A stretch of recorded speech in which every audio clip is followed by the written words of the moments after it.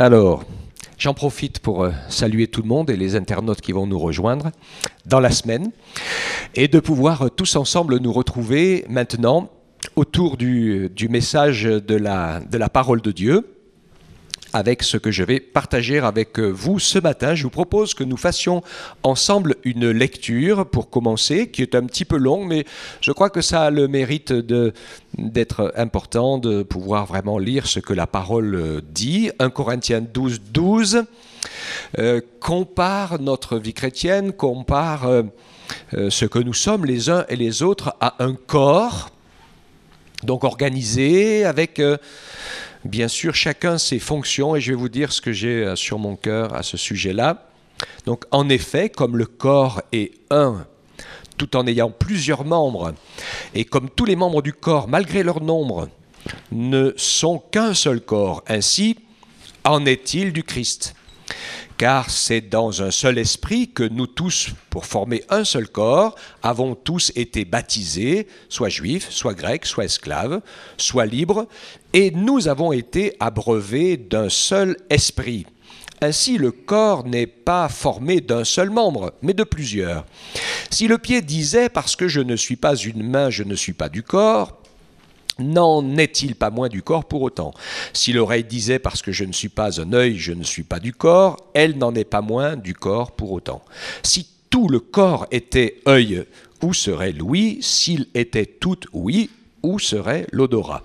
En effet, Dieu a placé chacun des membres dans le corps comme il a voulu. Si tous étaient un seul membre, où serait le corps? Maintenant donc, il y a plusieurs membres et un seul corps.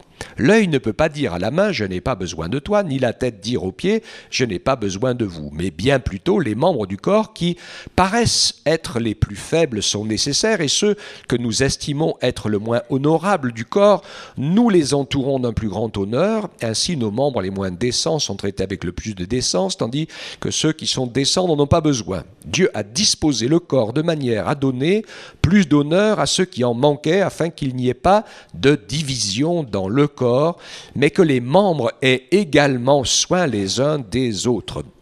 Et si un membre souffre, tous les membres souffrent avec lui. Si un membre est honoré, tous les membres se réjouissent avec lui. Vous êtes le corps de Christ et vous êtes ses membres, chacun pour sa part. Et Dieu a établi dans l'Église, premièrement, des apôtres, deuxièmement, des prophètes, troisièmement, des docteurs. Ensuite, il y a les dons des miracles, puis les dons de guérir, de secourir, de gouverner, de parler diverses sortes de langues. Tous sont-ils apôtres, tous sont-ils prophètes, tous sont-ils docteurs, tous font-ils des miracles, tous ont-ils des dons de guérison, tous parlent-ils en langue, tous interprètent-ils.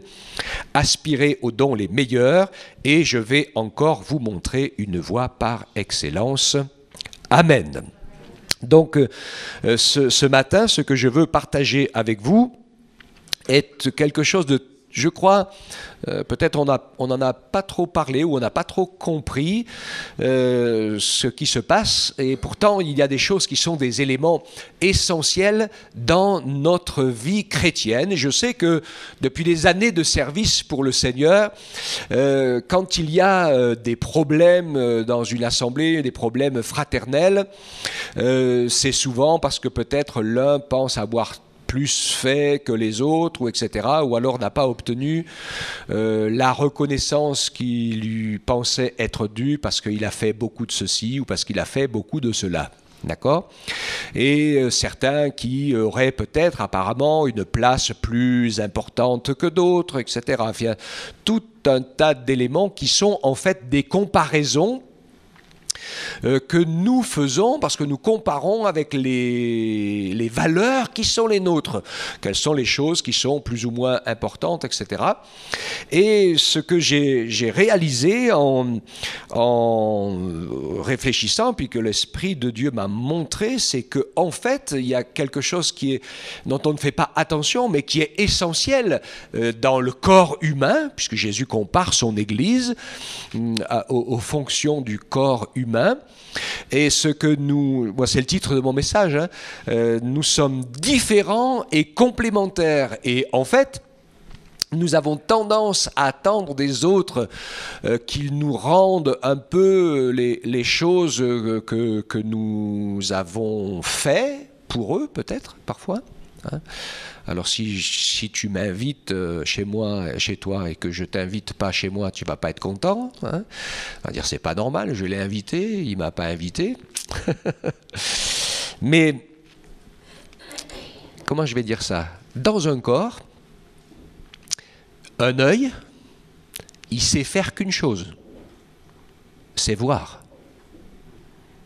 Donc il ne peut pas te serrer la main. Hein? Et ce que j'ai réalisé tout d'un coup dans le corps de Christ qu'est l'Église, et c'est vraiment très important pour nous, Dieu nous a donné plein de dons et de talents, mais nous sommes chacun complètement différents, et nous aurions des attentes en retour de choses qui nous correspondent, alors qu'en fait, il nous faut comprendre que le Seigneur, souvent, et ça c'est très important, hein, nous bénit, nous exauce, nous donne, prend soin de nous, d'une toute autre manière que ce que nous avons fait. Et comme un corps, il parle des organes honorables ou moins honorables. Alors je ne sais pas qu'est-ce qu'on peut penser par là, mais il faut tout dans le corps. Hein. On a nos organes qui servent pour faire nos besoins élémentaires, on a ceux qui nous servent à manger. Il parle de l'odorat ou de l'ouïe. Hein. Donc des choses qui sont des fonctionnalités complètement différentes les unes des autres, mais indispensables à la vie de notre corps, qui fait que tout est complémentaire, mais tout est différent, vous voyez ce que je veux dire? Et nous avons besoin de comprendre en fait que l'œuvre de Dieu dans son royaume se fait comme ça. Et ce qui est important pour nous, ça ne doit pas être d'attendre la reconnaissance en retour, ou alors qu'on nous rende selon ce qu'on a fait, ou etc., etc. Mais on doit avoir comme priorité de pouvoir mettre nos talents au service de l'œuvre de Dieu, sans rien attendre en retour, parce que le Seigneur, lui, en retour, nous donnera selon ce que nous avons besoin, au moment où nous en avons besoin. Ça vous dit? Et c'est pour ça qu'il faut être plein de patience, et que, en fait, l'amour, qui est la nature même de Dieu, n'est pas calculateur. Parce que Dieu est un Père pour nous. Et je peux avoir passé des années à avoir fait des choses sans avoir rien reçu, aucune reconnaissance, ni rien en retour. Mais il se peut que des années et des années plus tard, je suis dans une situation, eh bien Dieu va s'occuper et répondre à ma situation. Ok?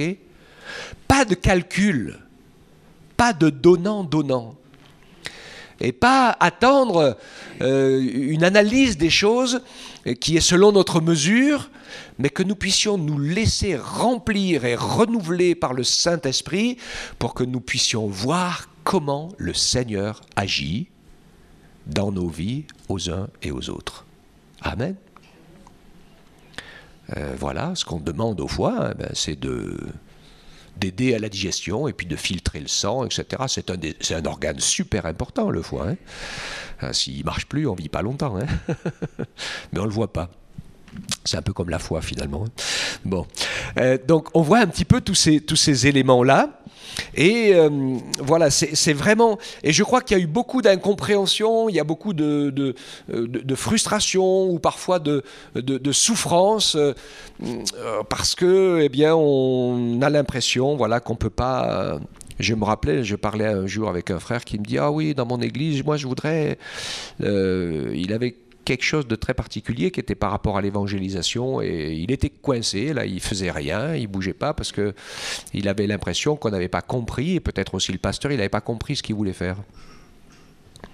Alors il était un peu amer, un peu aigri, et finalement dans son amertume et dans son incompréhension, il se rendait pas compte que ce qu'il avait reçu de la part de Dieu, il n'avait pas besoin d'attendre de l'église pour le faire, parce que cette partie d'évangélisation, il pouvait la faire n'importe où. N'importe comment, dans n'importe quelle situation. Et pourquoi voulait-il le faire par rapport à l'Église uniquement? Parce que peut-être qu'il attendait la reconnaissance ou de voir que les autres ont vu qu'il avait reçu quelque chose. On s'en fout de ça. D'accord? C'est ce que je lui ai dit. Je lui ai dit, mais il n'y a pas de souci, les frères et sœurs de l'Église, ils prient pour toi, hein, que Dieu te bénisse, que tu grandisses, que tu apprennes. Fais ce que tu as sur ton cœur. Et emmène les gens à l'Église. Les nouveaux. Enfin, emmène-les au Seigneur surtout. Hein, pour qu'ils soient sauvés. Non? Des fois, on focalise sur 2-3 schémas spécifiques et on ne se rend pas compte que Dieu nous a fait tous différents et qu'on peut faire plein de choses. Vous imaginez la diversité de Dieu? Moi, j'arrive même pas à m'imaginer. Vous d'ailleurs non plus, vous ne pouvez pas vous imaginer. Quand vous imaginez que quand il neige et les flocons qui neigent par milliards qui tombent, il n'y en a aucun qui est pareil. Faut le faire, hein. Nous, on ne risque pas toujours. Hein. Alors, quand il parlait des lys des champs, hein, moi, je vous parle des flocons de neige, hein, c'est pareil. Donc, Dieu ne prendra-t-il pas soin de nous? Et ne nous connaît-il pas mieux que nous-mêmes? Bien sûr, puisque c'est lui qui nous a créés. Il sait de quoi nous avons besoin, mais il sait que notre tête, nos cerveaux et nos pensées, ils ont besoin de mourir et de renaître. En fait, c'est un petit peu ça. Je réfléchissais pendant que j'étais en train d'écrire mon message. Je me dis qu'il y a beaucoup trop de chrétiens qui sont coincés dans le passage de la nouvelle naissance. Vous voyez ce que je veux dire en naissance, hein? C'est pas terrible quand le petit il est coincé dans le passage. Hein. Il n'arrive pas, il a commencé à sortir, mais il n'arrive pas à finir de sortir. C'est entre la vie et la mort. Mais il y a beaucoup trop de chrétiens qui sont comme ça. Ils sont entre la vie et la mort. Ils se débattent avec des trucs. Ils sont ni sortis du monde, ni rentrés dans le royaume de Dieu encore. Ils sont en train de souffrir. On est en train de souffrir dans l'impasse. Et on pense que c'est peut-être la faute de l'Église, du pasteur ou des autres. La sienne, c'est peut-être la faute de Dieu aussi, d'ailleurs, des fois. Parce qu'au fond, lisez bien l'histoire du peuple d'Israël pendant 40 ans de murmure dans le désert et vous verrez que c'était toujours la faute à tout le monde. Juste pour un truc, c'est que quand c'était le moment, après les espions, de dire oui et d'entrer dans le pays de la promesse, ils n'y ont pas cru. Ils n'avaient pas compris, ils n'ont pas eu la vision. Ça veut dire quoi? S'ils n'ont pas compris, s'ils n'ont pas eu la vision, ils ont commencé à sortir de l'esclavage d'Égypte, ils voulaient y retourner. À un moment donné, hein? Ils voulaient y retourner, mais ça rime à rien du tout, mourir esclave en Égypte ou mourir dans le désert. Nous, c'est comme nous, hein. On se pose la question, mourir perdu, c'est vraiment la pire des choses qui puissent arriver, retour en arrière ou pas. Ce qu'ils n'avaient pas compris, c'est que Dieu leur proposait de devenir un peuple nouveau, dans un pays nouveau, et que c'était un défi impossible. Vous le savez, hein, nous, devenir enfants de Dieu, c'est impossible. Mais le Seigneur a dit que ce qui était impossible aux hommes, c'est possible à Dieu. Alléluia. Tout est possible à Dieu. Il suffit de le croire. Hein? Et moi, je vous invite à ne pas rester coincé dans le passage, hein, mais à entrer dans les promesses de Dieu, dans le plan de Dieu, à développer ce que vous avez reçu sur votre cœur et de le faire avec joie, parce que ça fait partie ce que vous êtes, ce que vous pouvez faire pour le Seigneur, pour les frères et sœurs, pour les gens, pour ce que vous pouvez faire, vous, personne d'autre que vous peut le faire. Parce que personne d'autre que vous habite votre maison, votre endroit, votre lieu, vos connaissances, vos relations. Nous sommes tous complètement différents. Donc attendons pas que les autres fassent, mais mettons-nous à l'œuvre. Alléluia. Chaque membre du corps donc a des fonctions différentes. J'ai choisi un autre passage qui est Matthieu 5, 37 à 48. Je ne sais pas si on va lire tout, mais il y a quand même quelque chose sur lequel il faut s'arrêter ici. Que votre parole soit oui, oui, non, non, ce qu'on y ajoute vient du malin. C'est vrai que souvent notre parole c'est oui, mais. Hein, bon. Vous avez appris qu'il a été dit œil pour œil, dent pour dent, mais moi je vous dis de ne pas résister aux méchants. Si quelqu'un te frappe sur la joue droite, présente-lui aussi l'autre. Si quelqu'un veut plaider contre toi et prendre ta tunique, laisse-lui encore ton manteau. Si quelqu'un te force à faire 1000, fais-en 2 avec lui. Donne à celui qui te demande et ne te détourne pas de celui qui veut emprunter de toi. Vous avez appris écrit qu'il a été dit, tu aimeras ton prochain, tu haïras ton ennemi, mais moi je vous dis, aimez vos ennemis, bénissez ceux qui vous maudissent, faites du bien à ceux qui vous haïssent, priez pour ceux qui vous maltraitent et qui vous persécutent, afin que vous soyez fils de votre Père qui est dans les cieux, car il fait lever son soleil sur les méchants et sur les bons, il fait pleuvoir sur les justes et sur les injustes. Si vous aimez ceux qui vous aiment, quelle récompense méritez-vous? Les publicains n'agissent-ils pas de même? Et si vous saluez seulement vos frères, que faites-vous d'extraordinaire? Les païens n'agissent-ils pas de même? Soyez donc parfaits comme votre Père céleste est parfait. Je vous l'ai déjà dit, quand il nous demande d'être parfaits, ce n'est pas le fait de la perfection qui appartient qu'à Dieu seul,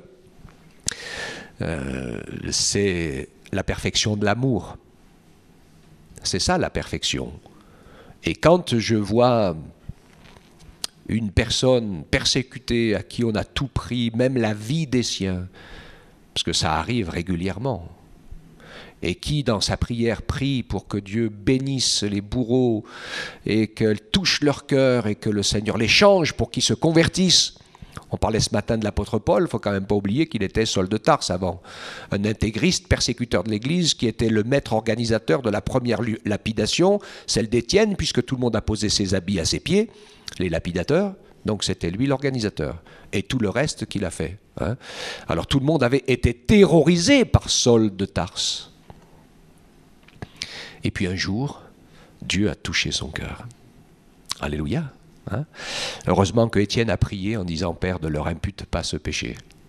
La prière d'Étienne, pardon, j'ai dit Pierre, c'est Étienne. La prière d'Étienne est libératrice du plan et de l'œuvre de Dieu. Alors c'est vrai que si nous ne faisons que des choses en mesure de ce qu'on peut nous rendre ou de la compréhension du niveau simplement humain que l'on a, des choses faites, pas faites, etc., on est à côté de la plaque. Il faut absolument que dans nos œuvres, dans notre service, dans notre engagement pour Dieu, on puisse le faire sans, comment dirais-je, avec une dimension spirituelle. Je prends l'exemple de Jésus. Il est l'exemple parfait. Aucun d'entre nous ne peut lui rendre quoi que ce soit de ce que lui a fait pour nous. C'est sûr. Il n'y a que lui qui a pris sur lui, sur son corps, nos péchés. Et par amour pour nous, lui, Dieu lui-même, prend la chair et le sang pour pouvoir expier nos maladies, nos péchés. Il vient, il meurt. Personne ne pouvait faire ce qu'il a fait. Il n'y a que Dieu qui peut pardonner les péchés. Il n'y a que Dieu qui peut sauver et qui peut délivrer. Et c'est ce que Jésus a fait. Il est venu, il est mort, il est ressuscité. Il nous a donné son pardon, il nous a donné son salut, il nous a donné sa parole et il a permis, comme je l'ai lu ce matin, que nous soyons aussi remplis et que nous entrions en communion avec le Saint-Esprit. Et puis il prépare notre future place d'épouse dans son royaume et il prépare aussi cette construction extraordinaire qui est l'Église avec les pierres vivantes que nous sommes. Et si nous voulons aller au ciel ? C'est des choses sur lesquelles j'insiste, je vais à chaque fois. Il ne suffit pas de croire en Jésus et lui demander pardon pour nos péchés. Il ne suffit pas de croire tout ce que la Bible dit. Il faut que nous entrions dans son amour, parce que n'oublions pas quand même, le ciel, ça sera passer l'éternité avec le Seigneur. Donc si on l'aime pas vraiment, et qu'est-ce que ça va être la terre? Là-bas, la terre, ça va être d'apprendre ce que la Trinité veut nous enseigner. C'est que nous devons apprendre à aimer Dieu et les autres, au moins autant, voire plus que nous-mêmes. C'est comme ça que Dieu fonctionne. C'est pour ça que Dieu est un Dieu d'amour, de sainteté et d'éternité. Parce que c'est comme ça qu'il fonctionne et c'est pour ça qu'il est trinitaire. Et dans cette réalité de la vie et de l'amour du Seigneur, il veut nous apprendre la même chose pour que nous devenions son épouse. Donc c'est évident que c'est une école pas facile, mais Jésus a tout accompli. Nous, on ne le pouvait pas. Il a débloqué, il a enlevé la condamnation du péché, il a vaincu la mort, il a vaincu le diable. Toutes ces victoires sont en lui. Nous, on ne pouvait pas le faire, mais lui, il l'a fait. Maintenant, c'est sûr que c'est à nous de nous en emparer. Toute l'œuvre de Christ ne se colle pas sur nous de force. Si nous voulons devenir épouse ou époux, un jour, il faut dire oui devant monsieur le maire. Sinon, ça ne se fait jamais. Et signer au bas des pages. Jésus a tout accompli. Et si nous voulons que son œuvre, son tout accompli devienne mon tout accompli, eh bien, je dois donner ma vie à Jésus, m'engager dans le baptême et prendre position pour lui et aller plus loin que simplement me faire baptiser pour que mes péchés soient effacés et que je puisse être sauvé. Je pense que si notre vie chrétienne elle est coincée là, on est vraiment dans le passage entre la vie et la mort. Hein? Il faut sortir. Hein?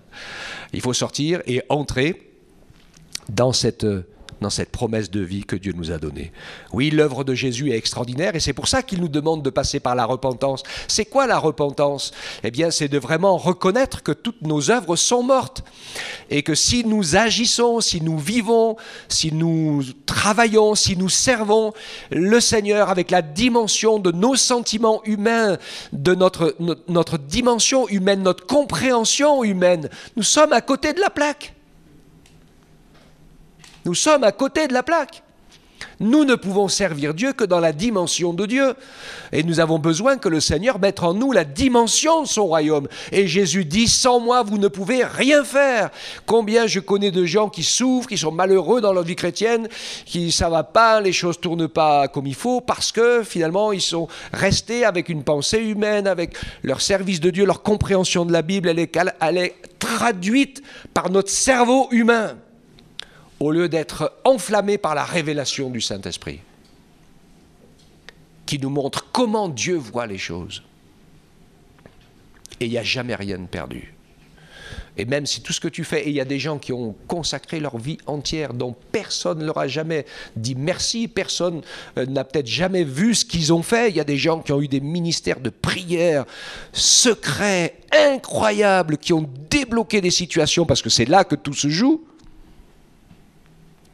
Je pense qu'on va vraiment être surpris quand on va arriver dans le ciel, hein, et qu'on va voir qui est sur les premiers sièges. Parce que nous, on a entendu parler de grands noms. Hein. Donc on pense que. Hein, mais je suis sûr que dans les premières places, il y aura plein de gens qui seront assis dont personne n'aura jamais entendu parler. Mais Dieu, lui, il les connaît dans son royaume. Ok ? Que le Seigneur nous donne cette dimension de faire aux autres ce qu'on aimerait qu'on nous fasse. C'est le texte suivant, hein, de Matthieu 7, 12 à 14, qu'on connaît tous. Tout ce que vous voulez que les hommes fassent pour vous, faites-le vous aussi. Faites-le de même pour eux, c'est la loi et les prophètes. Entrez par la porte étroite, hein, bien sûr, car large et spacieux est le chemin qui mène à la perdition. Il y en a beaucoup qui entrent par là, mais étroite et resserrée est le chemin qui mène à la vie, et il y en a peu qui le trouvent. Alléluia. Le chemin de la vie, il est éclairé par la lumière du Saint-Esprit. Et Dieu veut nous permettre ainsi de pouvoir marcher sur ce chemin c'est ce que la parole de Dieu va nous donner, c'est ce que le Saint-Esprit va nous communiquer. C'est pas notre référence, c'est le Seigneur, et nous ne nous référons pas les uns sur les autres, d'accord, hein? On arrête de faire ce genre de calcul, on se réfère sur le Seigneur, et Dieu nous a fait la grâce de nous appeler, de nous sauver, de mettre des choses en nous pour bénir les autres, et quand on va se retrouver devant le Seigneur, on ne pourra pas dire « Ah, ben les uns ou les autres, ils n'ont pas fait ceci pour moi, ils n'ont pas fait ceci, ils n'ont pas fait cela. » La vraie question, c'est « Est-ce que moi, j'aurais fait ce que Dieu m'a demandé de faire ?» C'est la seule chose qui a de l'importance. D'accord, hein? Et Dieu veut nous encourager à pouvoir agir dans ce sens-là. Les choses que j'aime et que je fais pour les autres qui ont besoin, les d'autres personnes, ils n'aiment pas ce que j'aime et ils feront autre chose. Vous voyez ce que je veux dire? On a bien compris cette histoire du royaume qui fait qu'on est au service du Seigneur, de l'œuvre de Dieu, on prend soin de son Église, on bénit les êtres humains de toutes nos forces avec les talents que nous a donnés, des plus petits aux plus grands, et on se réjouit de faire, et même si on a des talents de cuisinier ou autre chose pour bénir, encourager les autres, c'est formidable, il n'y a pas de souci. Je crois qu'on peut tout faire. Même des choses toutes simples, pourvu qu'on ait un cœur rempli d'amour, de la paix de Dieu, de la joie de Dieu. C'est ce que les gens ressentent. Et des fois, on veut faire des grandes choses, mais on a une tête de 6 pieds de long, de déterré. On ne donne pas envie d'être imité. Hein.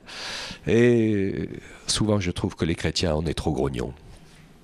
On a besoin de pouvoir accepter d'entrer par cette porte, ce chemin étroit, cette porte étroite, ce chemin étroit. Cette porte étroite, c'est Jésus, bien sûr. Hein.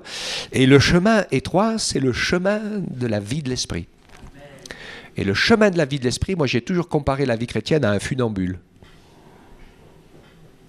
On marche en équilibre sur un fil. Entre l'attraction du monde, bien sûr, et l'attraction du royaume.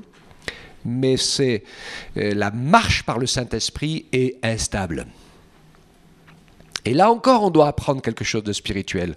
On doit apprendre à marcher, à vivre avec la paix de Dieu dans son cœur, tout en sachant que nous sommes en déséquilibre humain et charnel.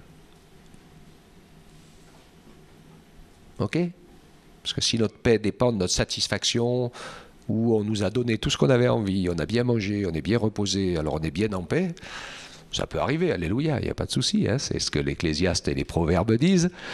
Il n'y a que ça pour donner de la paix et le bonheur au corps de l'homme. Mais la vie de l'esprit, c'est autre chose. Le Seigneur va toujours nous mettre le doigt pour qu'on n'arrête pas les choses toutes faites. Moi, j'ai toujours envie de dire, alors c'est vrai qu'on prend facilement des habitudes, mais je voudrais que dans ma vie, mes habitudes soient de faire jamais les choses pareilles. Parce que ça oblige. Et je sais que j'ai toujours voulu faire comme ça, et je pense que c'est important pour chacun d'entre nous de faire les choses pas par habitude. Pourquoi je prends le repas du Seigneur ? Et pourquoi je le prends comme ça et pas autrement? Et pourquoi je chante comme ça et pas autrement? Et pourquoi je prêche comme ça et pas autrement? Etc. Et pourquoi on se retrouve ensemble? Le Saint-Esprit peut répondre à toutes nos questions si nous sommes prêts à nous remettre en question. Parce que des fois, c'est ça qui bloque. Donc Dieu nous encourage et il va nous permettre de saisir comme mission d'être l'organe du corps qui remplit sa fonction. Je pensais à l'œil, on a lu sur l'œil, on a lu sur l'oreille, on a lu sur la main, sur le pied, sur nos organes internes, etc. La parole parle, toutes les fonctions qui sont là. Donc ils ne peuvent pas recevoir, ça ne fonctionne pas comme ça, le cœur c'est le cœur et lui il fait tourner la machine, le cerveau c'est le cerveau et il réfléchit, il donne les ordres, mais s'il y a le cerveau tout seul il peut bien donner les ordres, s'il n'y a personne pour les exécuter. Et la main c'est la main, elle ne va pas faire autre chose finalement, et donc voilà, j'espère que je me fais bien comprendre, mais voilà, dans ma main on ne peut pas lui rendre ce qu'elle est capable de faire, voilà. Mais par contre, ma main, mon œil, mon oreille, mes pieds, mes organes, tout mon corps reçoit la vie du sang qui circule. En retour, cherchez premièrement le royaume de Dieu et sa justice, et tout le reste vous sera donné en plus. Soyons occupés à être et à faire simplement ce que le Seigneur nous met sur le cœur, et il ne va jamais nous demander l'impossible, parce que c'est pas l'essentiel, c'est pas ce qu'on fait, c'est surtout pourquoi et comment on le fait. Hier j'étais à Josserand et je prêchais quelque chose que je prêche souvent, c'est que même nos talents doivent se convertir, parce qu'on doit être capable de se mettre avec ce qu'on sait faire au service du besoin. D'accord avec ça? Parce que si ce qu'on sait faire, on ne sait pas le réformer pour que ça réponde aux besoins de tous, Ça ne va pas le faire. Hein. Je ne sais pas si je suis assez clair dans cela. Hein. Mais je vous avais pris un exemple une fois quand j'avais parlé de notre super aventure de l'église de Guéret qu'on a été obligé d'acheter parce que Dieu nous y a contraints. Parce que tout se vendait, donc on était dehors où on achetait, et on n'avait rien du tout pour acheter. Si j'avais eu un super trésorier comptable qui sache tout compter, faire, tenir les cahiers, machin chose, mais qui n'ait pas la vision, avec le CA, ça aurait été un niet total. Hein? Mais on a eu sur le cœur. Alors je ne vous dis pas qu'on n'a pas tremblé, hein. Mais tous ceux qui étaient là à l'époque, on a donné tout ce qu'on avait, tout le monde a cassé son épargne, sa tirelire, on a tout mis sur le paquet, mais on était quand même un petit peu loin du compte, à peu près un tiers. Après, on a fait un crédit d'une grosse partie, parce que je ne voulais pas, comme on était aidé par la mission intérieure, je ne voulais pas qu'on ait un crédit supérieur à la location. Donc on l'a eu inférieur de 10 €. Donc ça allait. Hein. Et puis finalement, le Seigneur a touché le cœur des autres églises de France qui nous ont tout envoyé quelque chose pour qu'on puisse boucler la boucle. Mais si nous, on n'avait pas cassé nos tirelires au départ, je pense que les autres n'auraient pas été au bout non plus. D'accord, hein? Moi, j'en connais qui disent « Oh, il n'y a jamais personne qui vient me voir. » Mais vous n'allez jamais visiter personne non plus.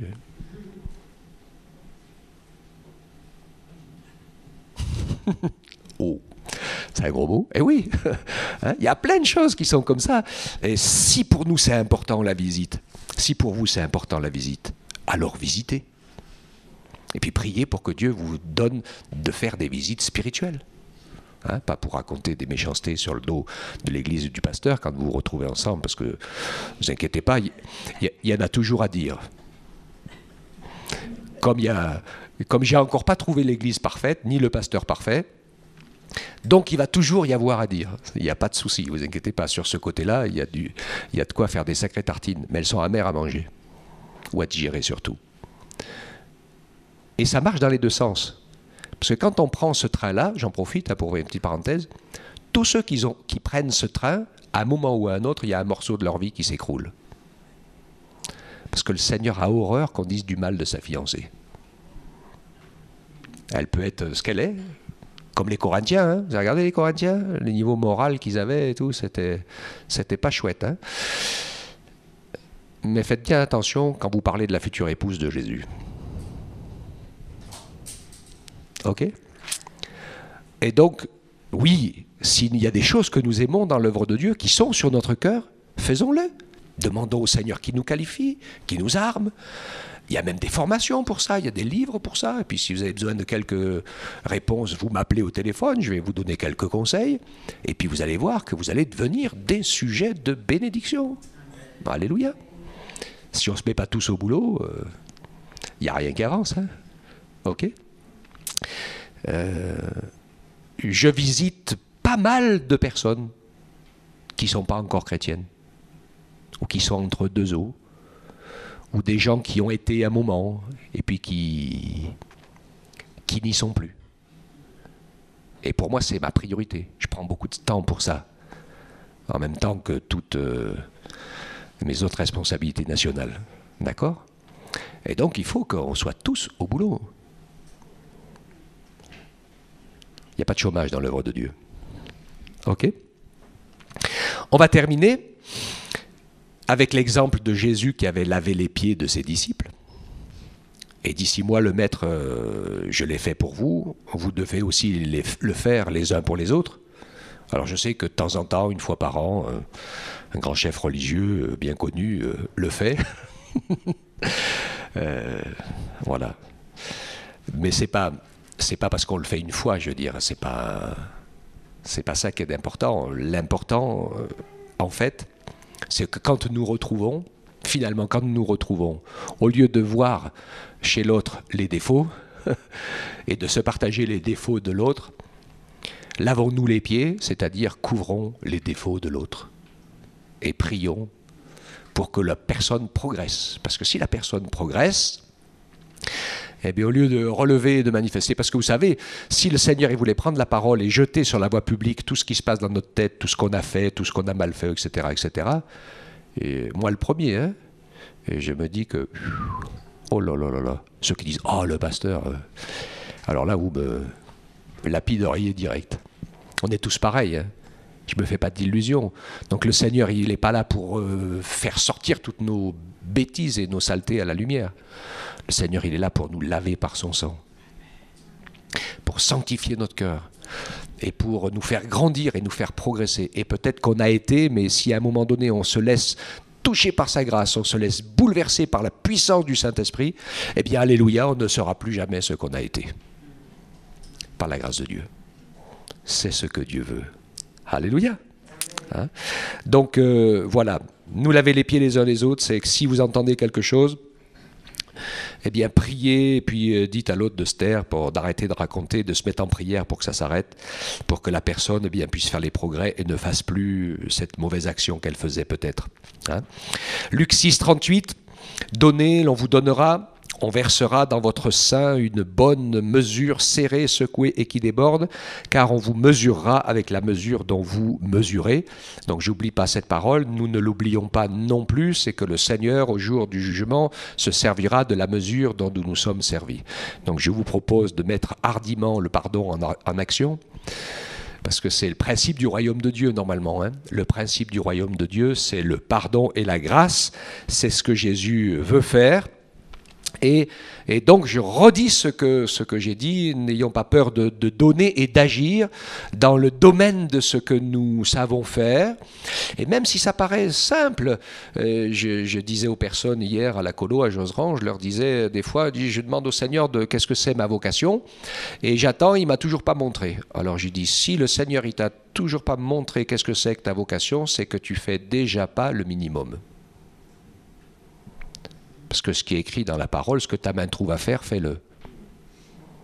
Donc tu commences à faire les choses normales qu'il y a besoin de faire dans la maison de Dieu. Et en commençant à faire les choses normales, si le Seigneur voit que tu es fidèle dans les petites choses, il t'en confiera de plus grandes. Hein? Des fois on attend, mais le Seigneur ne nous demande pas d'attendre, il nous demande de nous bouger. Avec ce qu'on sait, on y va. Et ensuite, eh bien lui va nous montrer, ça va devenir de plus en plus clair, et nous allons comprendre le chemin que le Seigneur nous a ouvert, puisqu'il nous a donné des talents, et il ne veut pas que nous les enterrions. Ça serait un bon message ce matin, hein, complémentaire, mais je ne vais pas vous garder trop longtemps, de parler des talents, hein, la parabole des talents. Tout le monde la connaît un peu, la parabole des talents. Ceux qui ne la connaissent pas, vous la lirez. Parce que c'est important de lire cette parole, hein. Et vous verrez combien c'est important de mettre les talents au service, parce que Dieu a mis en nous ces choses-là, et par son esprit, ça se multiplie. Et comme je l'ai dit, et c'est une clé pour nous, n'attendons pas que les autres fassent, agissent ou réagissent par rapport à nos pensées à nous. Nous ne nous occupons pas de ça. Réfléchissons dans les lois du royaume de Dieu, dans la complémentarité du royaume de Dieu. Si tu es une main, eh bien ton travail pour le Seigneur, c'est le travail de la main, et il n'y a pas besoin d'une autre main. S'il y en a une autre, eh bien vous travaillerez ensemble, parce que ça aide bien quand même des fois, hein, c'est ça que je voulais dire. Mais d'une autre manière, voilà, ce que toi tu as besoin, c'est que le Seigneur te remplisse du Saint-Esprit. Alléluia. Et puis, pourvoira toujours, il dit, je relis ce verset qu'on connaît tous, hein, j'espère, Matthieu 6, 33, cherchez premièrement le royaume de Dieu et la justice de Dieu, et toutes ces choses vous seront données par-dessus. Amen. Le mot de ma conclusion, puisque nous sommes différents et complémentaires, en tant que chrétien dans le corps du Seigneur qui est local, après qui est national ou international, nous avons une action dans ces trois domaines-là, notre propre domaine, le domaine de notre famille, puis le domaine de l'Église et de la nation et du monde. Nous avons deux terrains d'action, la prière et l'action, et suivant comment Dieu nous appelle. Hein, je sais qu'il y en a qui aident des enfants dans d'autres pays du monde, d'autres qui prient pour des situations particulières. Il y en a qui donnent pour les travaux, d'autres qui font les travaux. C'est comme ça. Hein.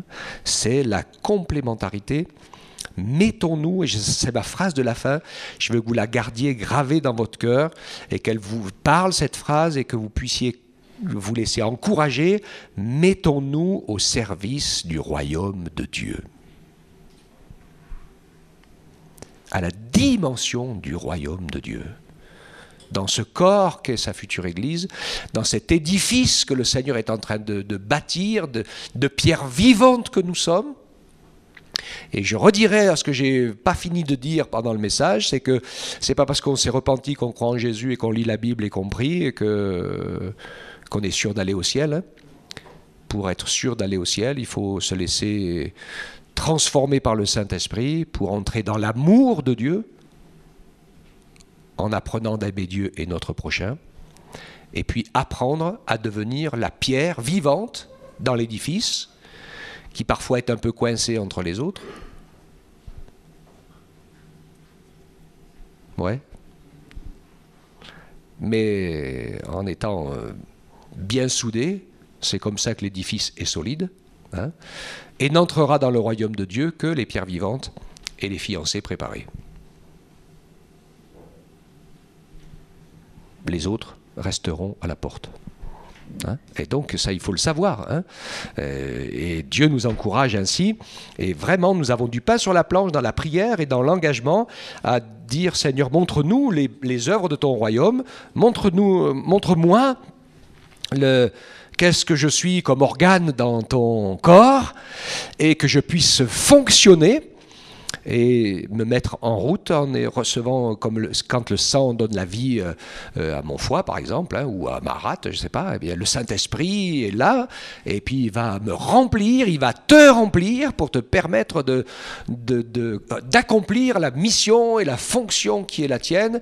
Et voilà, cette fonction, eh bien, tu l'as fait et elle donne la vie au corps. Alléluia. Le corps voit, le corps marche. Le corps est fort, il soulève, il déplace, il réfléchit, il va à un endroit où il faut, au bon endroit, au bon moment, avec les bonnes personnes. C'est ça le royaume de Dieu. Hein? Et Dieu nous encourage ainsi à aller de l'avant. Amen. Amen. Que cette notion du corps soit bien comprise en nous et que nous puissions ainsi avancer en paix dans l'œuvre de Dieu sans calcul, parce que nous n'avons rien à attendre des autres et nous avons tout à attendre des autres. C'est rien comme on le pense et tout comme Dieu le fera. Parce qu'il nous donnera tout ce qu'on a besoin. Il n'y a pas de souci. Il n'a jamais abandonné ses enfants, c'est pas aujourd'hui qu'il va commencer. Hein. Donc n'ayons pas peur, ne nous inquiétons pas, ne nous aigrissons pas, ne soyons pas en disant « Ah, je ne comprends pas, je ne saisis pas ». Dieu permet que tu passes par l'épreuve, et peu importe d'où elle vient l'épreuve, mais elle est nécessaire pour que tu apprennes, pour que tu grandisses, pour que tu fasses des progrès. Alors si c'est ton frère ou ta sœur qui est déclencheur de cette épreuve, tant pis pour toi, il faut que tu apprennes à l'aimer quand même, à passer par-dessus, parce que finalement le but c'est d'apprendre ce que Dieu veut nous apprendre. Alors parfois les soucis viennent comme ça, parce que finalement ça vient des frères et des sœurs, parce qu'on vit beaucoup ensemble. Donc c'est normal. Quand on vit beaucoup en famille, ça vient de la famille, et quand on vit beaucoup dans le monde, ça vient du monde.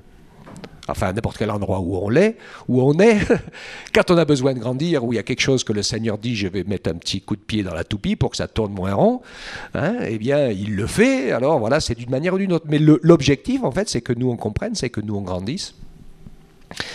Et que Dieu nous encourage ainsi à avoir cet esprit de complémentarité et de pouvoir remplir notre rôle dans le royaume de Dieu, la place que nous sommes, irremplaçables, avec un nom nouveau que nous aurons, hein, que lui seul connaît. Notre intimité personnelle avec Jésus, ça continuera même dans l'éternité. Hein. Il nous connaît tous, hein, il n'y a pas de souci. Même, non seulement il nous connaît tous, mais en plus il connaît même tous nos cheveux. De tous les hommes de toute la terre depuis qu'il a créé le premier. Je ne vous dis pas, hein. Ça me dépasse un peu, mais je pense que vous aussi.